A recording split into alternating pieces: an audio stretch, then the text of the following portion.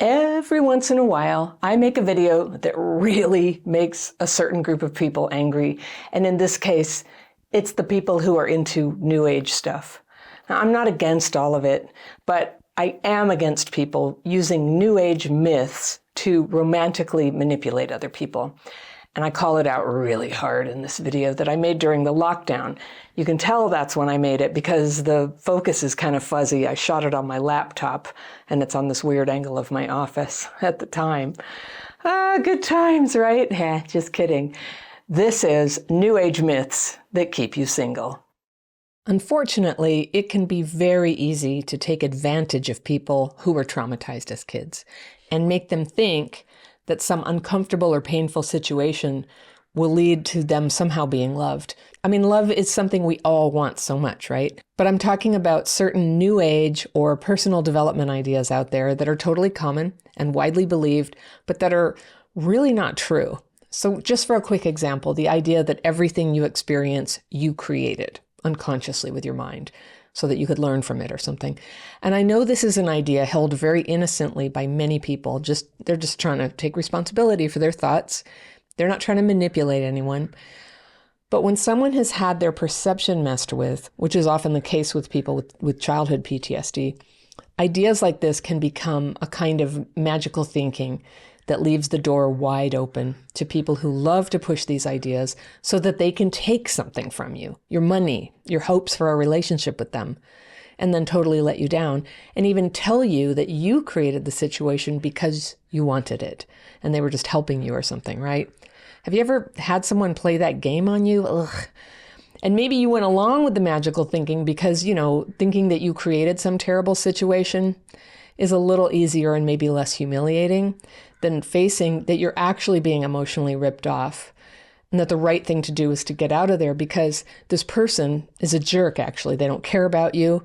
You're both using magical thinking to keep you from seeing the obvious, which maybe you don't want to see because it scares you and makes you feel foolish, but it's that you're actually not loved but alone.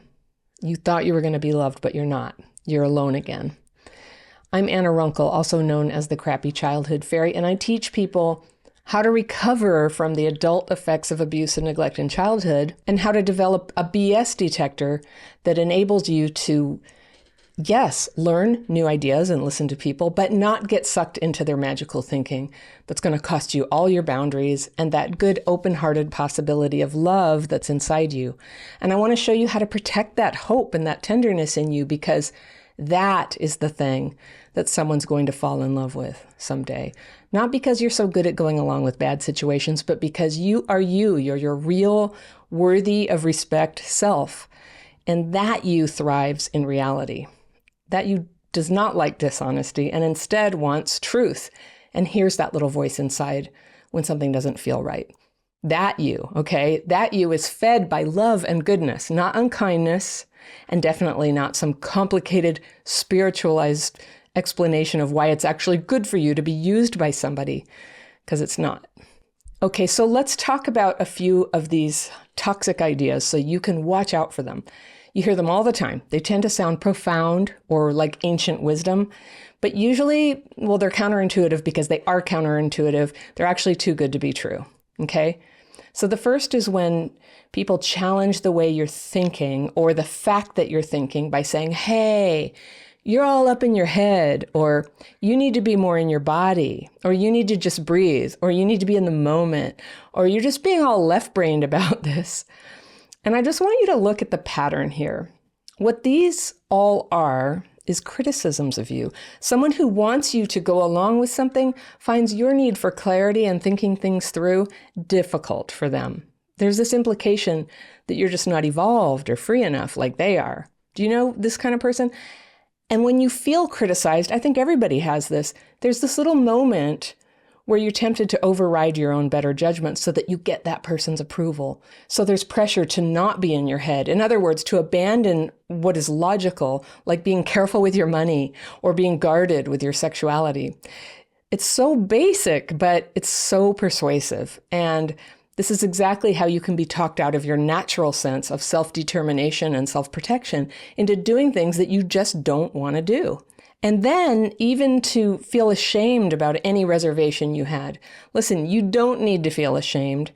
What's at work here is what I call crap fit. And that's a word I made up for the way that people who went through trauma as kids get way too good at fitting themselves to unacceptable people and situations, fitting themselves to crap fit. Because that's what we had to do back when we were kids, right?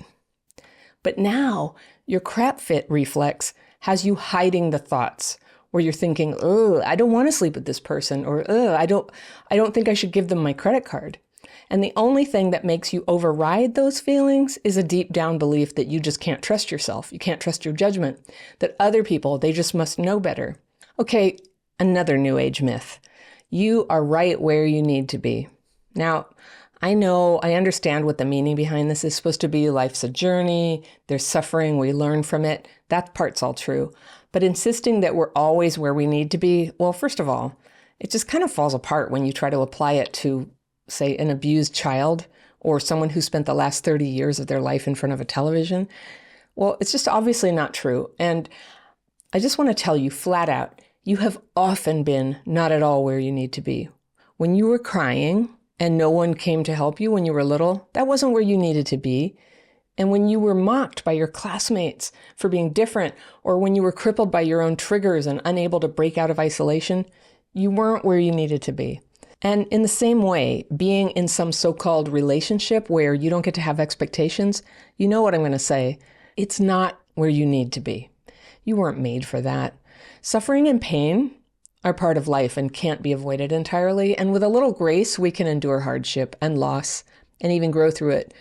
But please get over this idea that being demeaned would ever be sent to you for your own good. You hear this one a lot around bad relationships. A really wonderful student of mine shared this thought the other day where she described a past relationship as really good for her, but a really hurtful relationship. And I didn't get it. And I asked her about it. And she said she felt like maybe this man who had treated her badly was sent by the universe so that she could learn from the experience. And I mean, I kind of get it. I see the little tiny kernel of truth here that sometimes we're so far off base that it's only through a terrible experience that we will course correct and get clear about what we really want. So yeah, that part's true, sure. But it's not true like time after time where you suffer and suffer through relationships.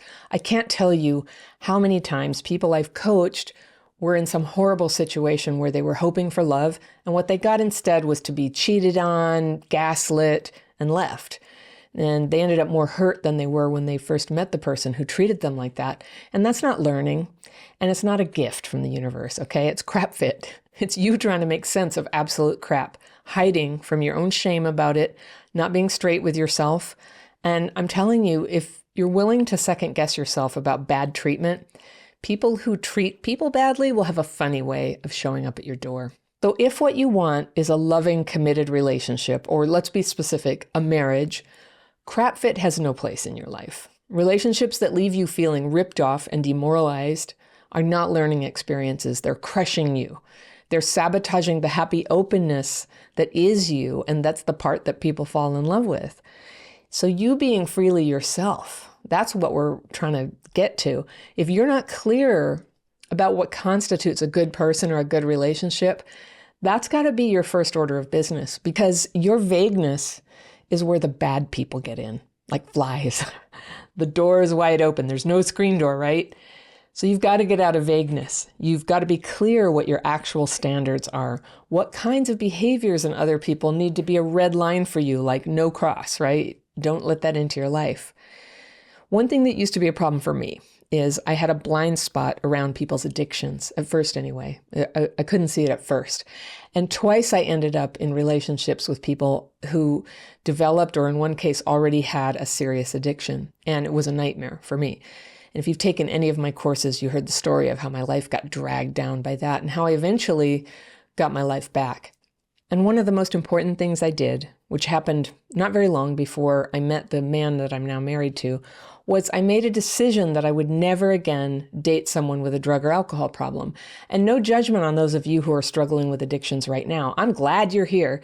This is a place of recovery and you are in the right place. But I knew that after all I'd been through with addicts and alcoholics in my family of origin, and then dating relationships, that for me, that was going to have to be a red line. And that's not who I was going to date anymore. And I wrote it down. And I was almost afraid to do that, to declare it, because of another New Age myth that had gotten into my head and had been preventing me from being clear like that. And it was this one: be careful what you wish for. I didn't think I believed it, but I had absorbed this idea that some people have, that you can tell the universe what you want and then it will give it to you. But that it's a cruel and capricious universe, or the idea that God himself is just waiting for you to wish for the wrong thing, and then bam, you wanted someone who was loyal, you got a stalker. Or you wanted someone who liked adventure, oh no, she ran off with a skydiving instructor. You forgot to ask for the rest of it, right? That's the myth. And again, I get the point that sometimes we haven't yet developed a clear picture of what we want. But God or the universe is not just sitting there waiting to F with you and teach you a lesson about your little wishes and how they weren't done right. I'm a person who believes in God, as most of you know. And if you don't believe in God, I just encourage you to translate what I'm going to say to something that makes sense for you and fits your experience. But what we're created for is for good. And I knew when I hit bottom with the second drug addict boyfriend I had, he died actually. And I knew that I was not at all where I was meant to be. And that if I was going to be in a relationship, it needed to support the good that was already in me. And it needed to support my potential. And that I would know if a man was the right one for me by the sign that his presence made my life better, that I became better. And I knew that needed to work two ways, that he would know it was good if he became a better version of himself when he was around me. So I was never mistreated. I was never disrespected. I was never ashamed of being with the man who's now my husband. And that's what God wants for me, is to be loved and befriended and treated well. And look at all that's happened for me since my circumstances changed back then. Now I get to be here with you. So the universe, it's not a slot machine. It's not Amazon.com. You don't place orders and then see if you got ripped off by a sneaky deity. What I'm teaching here is that if trauma made you vulnerable and unsure of yourself, it's time to become clearer and stronger so that you can live your life in a good way that leads to your own happiness and the fulfillment of all that you can be, all you can bring to this great big community of life. If you loved this video and you think trauma in your past might be making you vulnerable in dating relationships today, I invite you to download a list of signs that this is exactly what is blocking you from finding real love. And I've got that list for you free right here, and I will see you very soon.